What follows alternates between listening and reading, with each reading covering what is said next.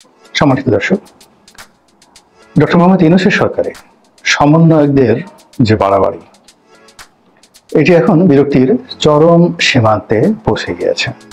আমরা যারা সাধারণ আমজনতা, তারা সবাই বিরক্ত, ভীষণ রকম বিরক্ত। এদের বেশিরভাগ যারা সদস্য রয়েছেন তাদের কর্মকাণ্ড, তাদের বডি ল্যাঙ্গুয়েজ এবং সরকারে তাদের যে অন্তর্ভুক্তি, এই বিষয়গুলো নিয়ে আমাদের এই দেশে এমন সব ঘটনা ঘটছে মানুষের মন এবং মননে, যেটি আমরা কখনোই কোনো অবস্থাতে আমাদের এই সুদীর্ঘ রাজনৈতিক ইতিহাসে এই ঘটনা দেখিনি।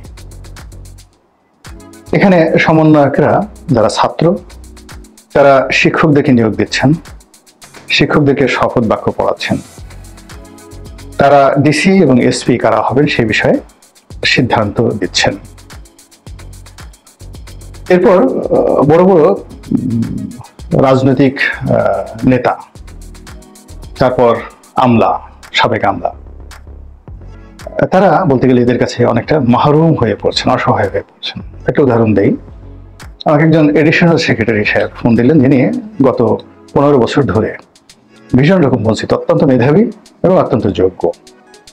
তো তার প্রমোশন আটকে রাখতে পারেনি শেখ হাসিনা সরকার, কিন্তু তাকে সব সময়টাতে খারাপ একটা জায়গাতে পোস্টিং দিয়ে রেখেছে।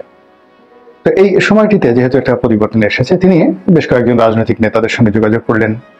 বিএনপিপন্থী কয়েকজন সাবেক আমলা যারা অফিসার্স ক্লাবে খুবই শক্তিশালী, তাদের সঙ্গে যোগাযোগ করলেন এবং তারা খুব অসহায় ভঙ্গিতে বললেন যে আমরা তো কোনো সিদ্ধান্ত নিতে পারছি না, তুমি সমন্বয়কদের সঙ্গে যোগাযোগ করো। তো এই হলো বাস্তব অবস্থা। এরপরে অন্যান্য ক্ষেত্রে যেটা হচ্ছে, যেমন তাদেরকে একটা সময় জামাত খুব পছন্দ করত, তারপরে ভিপি নূর তিনিও খুব পছন্দ করতেন, অন্যান্য তরুণ যে সকল রাজনীতিবিদ ছিলেন তারাও তাদের পক্ষে কথা বলেছেন। আর আমি তো তাদের সমর্থনে আসলে সবসময়টাতেই দরাজ দিয়েছিলাম এবং গত 1 মাস যাবত আমি কোনো টেলিভিশন টক শোতে যাই না, বিভিন্ন কারণে শরীরটা ভালো যাচ্ছে না। তো আমি আমার যে ইউটিউব চ্যানেল, এখানে তাদেরকে নিয়ে একটি নেতিবাচক মন্তব্য কখনো করিনি। আর তারা যখন ছিলেন বলতে গেলে এই একেবারে নতুন তাদের যে বাসর বা মধুচন্দ্রিমা, ওই সময়টাতে আমি তাদেরকে বলেছিলাম যে তারা বাংলাদেশের রাজনীতিতে অনেকটা আবাবিল পাখির মতো তারা এসেছেন, কিন্তু সেই যে মানুষের সম্মান, ভালোবাসা, শ্রদ্ধা, এটি এখন রীতিমতো বুমেরাং হয়ে পড়েছে। ডক্টর ইউনূসের সঙ্গে যে 3 জন গিয়েছেন সমন্বয়ক রূপে আমেরিকাতে, সেখানে যে সকল কথা ডক্টর মোহাম্মদ ইউনূস বলেছেন এবং সেখানে এই 3 জন সমন্বয়ককে কেন্দ্র করে সভা মঞ্চে, বিল ক্লিন্টনের সভা মঞ্চে যে অপ্রীতিকর ঘটনা ঘটেছে, এটা নিয়ে বাংলাদেশে খুব আলোচনা হচ্ছে। আবার সমন্বয়কদের মধ্যে একজনকে মাস্টার মাইন্ড বলায় অন্য যারা সমন্বয়ক রয়েছেন তাদের ভীষণ রকম যে সম্মানবোধ, সেখানে তারা আহত হয়েছেন। এরপর যে ঘটনাটি ঘটেছে সেটা হলো, যারা এই 2 জন উপদেষ্টা পরিষদে রয়েছেন পূর্ণ মন্ত্রীর মর্যাদাতে, তো তাদেরকে প্রথম থেকেই অন্যান্য যারা সমন্বয়ক তারা অনেকটা চুপ হয়ে গেছেন বটে, কিন্তু তাদেরকে বন্ধু হিসেবে গ্রহণ করতে পারেননি। তারা পরিবেশ এবং পরিস্থিতির কারণে তাদের সাথে যোগ্যতম যে সকল সমন্বয়ক রয়েছেন উপদেষ্টা পরিষদে যাননি বা যেতে পারেননি, বাইরে রয়েছেন। কিন্তু যে 2 জন গিয়েছেন তাদের সাথে বাইরে যারা ছিলেন তাদের যে ভূমিকা অনেক বেশি। তো যার জন্য যে সমন্বয়ক তো বটে, সাধারণ মানুষের প্রশ্ন যে এত শত সমন্বয়কদের মধ্যে কেন এই 2 জনকে হঠাৎ করে বেছে নেওয়া হলো, এদের ভিত্তি কি, এদের যোগ্যতা কি, এদের সঙ্গে কি কানেক্টিভিটি আছে, এদেরকে কোনো এমন বিশেষ কানেক্টিভিটির কারণে এখানে এলো, দেশি না বিদেশি সেই কানেকশন, এই বিষয়গুলো নিয়ে কিন্তু আলাপ আলোচনা হচ্ছে। যদি আন্দোলন ধরেন, তাহলে আন্দোলনের কবর রচনা হয়ে গেছিল হারুনের ভাতের হোটেলে। তো সেই হারুনের ভাতের হোটেল থেকে এই আন্দোলনকে আবার রাজপথে যারা নিয়ে এসেছেন, তাদের মধ্যে ব্র্যাক বিশ্ববিদ্যালয়, নর্থ সাউথ বিশ্ববিদ্যালয় থেকে শুরু করে কুড়িল, বিশ্বরোড এবং বসুন্ধরা এলাকাতে যে সকল প্রাইভেট ইউনিভার্সিটি রয়েছে, উত্তরাতে যে সকল প্রাইভেট ইউনিভার্সিটি রয়েছে, বিশ্বাস করেন তাদের ভূমিকা ছিল সবচেয়ে বেশি। দুর্ভাগ্য, আমরা তাদের মধ্য থেকে একজনকে সমন্বয়ক হিসেবে এখানে দেখিনি। যদি বিশ্ববিদ্যালয়, প্রাইভেট বিশ্ববিদ্যালয়ের ছেলেরা মেয়েরা যদি রাস্তায় না নামতেন, তাহলে কোনো অবস্থাতেই আন্দোলন সফলতা হতো না। এবং হারুন যে কাণ্ডটি করেছিলেন, অর্থাৎ এদেরকে গ্রেপ্তার করে নিয়ে ভাতের হোটেলে খাইয়ে যে কর্মটি করেছিলেন সেই কর্মটা শতভাগ সফল হতো যদি প্রাইভেট বিশ্ববিদ্যালয়ের ছেলেরা বেড়াটা নামতেন। অন্যদিকে একটা সময় যখন বিশেষ করে 5 তারিখে আগস্ট মাসের 5 তারিখে আগস্ট মাসের 3 তারিখ থেকে যেভাবে ইসলামী শাসনতন্ত্র আন্দোলন তারা যেভাবে মাঠে নেমেছেন এবং প্রথম থেকে যেভাবে তারেক রহমান সাহেব এইখানে সমর্থন দিয়েছেন, বিএনপি নেতাকর্মীদেরকে নির্দেশ দিয়েছেন, এটি আমি নিজে সাক্ষী যে বিএনপির অনেক লোক কিন্তু এই বিষয়ে যাকে বলা হয় তার সঙ্গে দ্বিমত পোষণ করেছে যে এরকম একটা আন্দোলন এখানে যদি বিএনপি সমর্থন দেয় তাহলে এটি পলিটিক্যাল কালার হয়ে যাবে এবং আন্দোলনের সফলতা আসবে না এবং এই আন্দোলনটা আলটিমেটলি সরকার পতনের আন্দোলন না, এটা একটা কোটা বিরোধী আন্দোলন। কিন্তু জনাব তারেক রহমান সাহেব কিন্তু কারো কথা গ্রাহ্য করেননি, তিনি এককভাবে সিদ্ধান্ত দিয়েছিলেন এবং সেই সিদ্ধান্তের ফলে সারা বাংলাদেশ থেকে লক্ষ লক্ষ বিএনপির নেতাকর্মী, ছাত্র দলের নেতাকর্মী, যুব দলের নেতাকর্মী তারা কিন্তু ঢাকাতে এসেছিল। আর জামাত তো এখানে প্রথম থেকেই সর্বোচ্চ শক্তি নিয়োগ করে এই আন্দোলনের সঙ্গে ছিল। এর সঙ্গে গণ অধিকার পরিষদ এবং দুটো ভিপি নুরের গণ অধিকার পরিষদ এবং রেজা কিবরিয়ার গণ অধিকার পরিষদ যুগপৎভাবে তারা কিন্তু রাজপথে ছিল এবং সর্বোচ্চ তারা চেষ্টা করেছে, ত্যাগ এবং তিতিক্ষা তারা প্রমাণ করেছে এখানে এবং গ্রেপ্তার বরণ করেছেন, জুলুম এবং নির্যাতনের তারা শিকার হয়েছেন। তো কাজেই এখানে হঠাৎ করে দেখা গেল যে কারোর সঙ্গে কোনো আলোচনা নাই, কথা নাই, বার্তা নাই, বৈঠক নাই, কোনো কিছু নাই। তিনি ফ্রান্স থেকে উড়ে আসলেন ডক্টর মোহাম্মদ ইউনূস এবং অনেকটা ভিসি এসেই আসলাম, দেখলাম এবং জয় করলাম এবং টুপ করে বসে পড়লাম ক্ষমতার চেয়ারে। ক্ষমতাটা আসলে এত সহজ জিনিস নয়। 2 নম্বর হলো যে সমন্বয়কদের মধ্যে উপদেষ্টা পরিষদের সদস্য হবে, এটা একেবারেই আমরা কেউ কল্পনা করিনি। আমরা জগৎভাবে বিস্মিত, হতাশ এবং আমরা এতটা বিক্ষুব্ধ যে আমরা অনেকটা বলতে গেলে একেবারে বাকরুদ্ধ হয়ে পড়েছিলাম। আমরা কোনো কথা বলতে পারিনি, যেটা এখন আমরা কিন্তু সবাই বলছি। সাধারণত আমরা আশা করেছিলাম যে যেটি হবে যে ডক্টর মোহাম্মদ ইউনূস আসবেন, তিনি প্রধান রাজনৈতিক দলগুলোর সঙ্গে কথা বলবেন এবং তাদের কাছ থেকে একটা তালিকা নিয়ে তিনি একটি ছোট বা মাঝারি উপদেষ্টা পরিষদ গঠন করবেন এবং একটা পলিটিক্যাল কনসাস নিয়ে, পলিটিক্যাল যাকে বলে ভিশন নিয়ে, মিশন নিয়ে তিনি তার সরকার পরিচালনা করবেন। সেক্ষেত্রে 6 মাসের জায়গায় যদি 2 বছর হয়, 3 বছর হয়, 5 বছর হয়, এটি নিয়ে পলিটিক্যাল পার্টিগুলোর কোনো রকম আপত্তি থাকার কথা না এবং তারা সেই আপত্তি কখনো করতো না।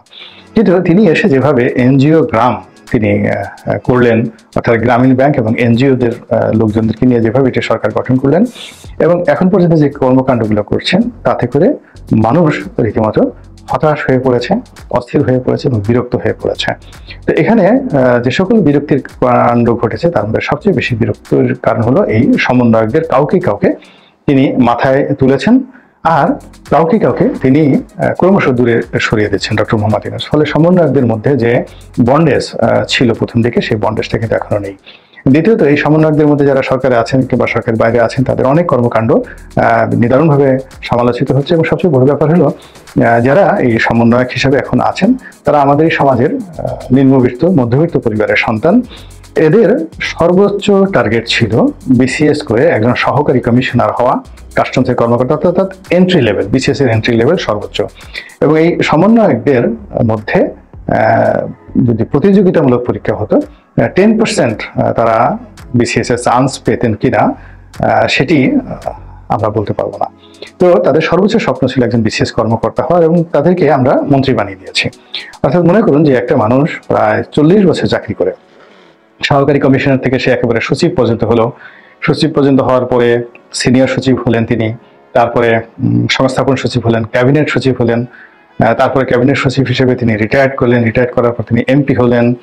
তো এমপি হওয়ার পরে আবার তিনি মন্ত্রী হলেন। তো এইভাবে যদি বাংলাদেশের আমলাতন্ত্রের ইতিহাস দেখেন তাহলে দেখবেন যে প্রতি 1000 জন আমলাদের মধ্যে একজনও কিন্তু মন্ত্রী এবং এমপি হতে পারেনি। স্বাধীনতার পর থেকে এইভাবে যত আমলা সচিব হয়েছেন তাদের মধ্যে আপনি যদি দেখেন যে কয়জন সচিব এমপি হয়েছেন, আবার কয়জন এমপি মন্ত্রী হয়েছেন।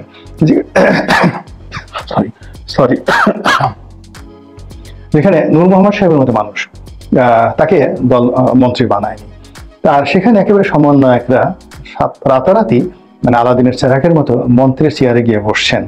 এটা দৃষ্টিকটু এবং এটা অনেকের জন্য অবমাননাকর। বিকজ যদি 25 বছর বা 22 বছরের একজন জনপ্রতিনিধি হন এবং তিনি যদি জনগণের দ্বারা নির্বাচিত হন, মন্ত্রী হন, তিনি যদি মন্ত্রী হয়ে এমপি হয়ে মন্ত্রীর চেয়ারে বসেন তাহলে আমলাতন্ত্র মেনে নেয়। কিন্তু এই যে যারা যুবক, তাদেরকে আপনি যখন চেয়ারে বসিয়েছেন, ওই মন্ত্রণালয়ের যত কর্মকর্তা রয়েছেন তারা সবাই বিব্রত বোধ করেন, অপমান বোধ করেন, এবং ঘরে এসে স্ত্রী পুত্র সন্তানদের কাছে এদেরকে নিয়ে বিশুদ্ধার করেন, ঠাট্টা মস্করা করেন। এটি হলো স্বাভাবিক। আমি আমার ব্যক্তিগত অভিজ্ঞতা থেকে এভাবে বলেছি। অনেক বড় বড় আমলা, মন্ত্রীরা যদি যোগ্য না হয়, তারা পিছনে কি ধরনের কথা বলে, তার একটা ছোট উদাহরণ দিয়ে আজকের এই ভিডিওটা শেষ করব। একবার মনোজন সুফিয়ানকে যখন মন্ত্রী বানানো হলো, তো আমি এক সচিবের সাথে কথা বলছিলাম। তো সচিবের সঙ্গে কথা বলার পরে সচিব খুব বিরক্ত হয়ে বলেন যে, স্যার, আমরা তো অনেক সময় কোট পরি, টাই পরি, স্টাইল করে কথাবার্তা বলি। তো মাননীয় প্রধানমন্ত্রী শেখ হাসিনা বোধহয় এটা পছন্দ করেন না। তো এই কারণে তিনি আমাদের ঘাড়ের উপরে এমন একজন মহিলাকে মন্ত্রী বানিয়ে দিয়েছেন। তো এখন তিনি সবসময় পান খান, তারপরে শেষে তিনি যে পেটিকোট পরেন, সেটা শাড়ির চেয়ে অন্তত পক্ষে 1 ফুট ছোট থাকে, ফলে তার পেটিকোট উপরে উঠে থাকে আর নিচে তার পা দেখা যায় শাড়ির ভাঁজ দিয়ে। তো এখন প্রধানমন্ত্রী শেখ হাসিনা তিনি আমাদেরকে অপমান করার জন্য তিনি এই যে মনোজান সুফিয়ানকে বানিয়ে দিয়েছেন এবং বলছেন যে বেশি দাঁড় ফাট দেখাচ্ছ, যাও এখন মনোজান সুফিয়ানের জর্দার কোটে নিয়ে তার পিছিয়ে ঘুরো। তো দিস ইজ দ্য টকিং, এটা বাস্তব, এটা হলো বাস্তব কথা। তো এখন সেই দিক থেকে যদি মনোজান সুফিয়ানের মতো একজন প্রাজ্ঞ রাজনীতিবিদ, এরপর শ্রমিক নেত্রী এবং জনগণের ভোটে নির্বাচিত সংসদ সদস্য, তো তার সম্পর্কে যদি আমাদের এই বক্তব্য হয়, তাহলে এখন যারা তরুণ আছেন তাদের সম্পর্কে আমরা কি বলছে, এবং যারা নিয়োগ দিয়েছেন সেটা আই ডোন্ট নো কারা দিয়েছেন, সেই নিয়োগকর্তাদের সম্পর্কে সাধারণ মানুষের মতামতকে এই বিষয়টি ভেবে যত দ্রুত সম্ভব এদেরকে, এই সমন্বয়কদেরকে উপদেষ্টা পরিষদ থেকে বাদ দিয়ে এদের যোগ্যতা অনুযায়ী তারা যে কাজটি করতে পারে তাদেরকে সেই কাজটি করতে দিন। এর বাইরে করতে দিলেই এদের জীবনটা সারা জীবনের জন্য শেষ হয়ে যাবে। এই সরকার কতদিন ক্ষমতায় থাকবে আমরা জানি না, কিন্তু এই পরিচয় নিয়ে তারা ঘরে বাইরে কোথাও স্বস্তিতে থাকবে না। আপনি গিয়ে দেখেন, একসময় ইমরানের সরকারকে খুব বেশি প্রিভিলেজ দেওয়া হলো, তো সেই ইমরানের সরকার এখন কোথায় আছে উই ডোন্ট নো, এর জীবনটাই পুরো শেষ হয়ে গেছে। কাজেই আমি মনে করি যে সরকারের সুমতি আসুক, এবং এই যে তরুণ এবং কোমলমতি যে সকল সমন্বয়করা তারা নিজেদের জীবনকে বাজি রেখে একটি অভ্যুত্থানের জন্ম দিয়েছে, আমরা কোনো অবস্থাতেই আমাদের স্বার্থ রক্ষা করার জন্য এদের ঘাড়ে বন্দুক রেখে কোনো অবস্থাতে এমন কোনো কর্মকাণ্ড করতে পারি না যেন এরা বিপদে পড়ে। আল্লাহ আমাদের সবাইকে হেদায়েত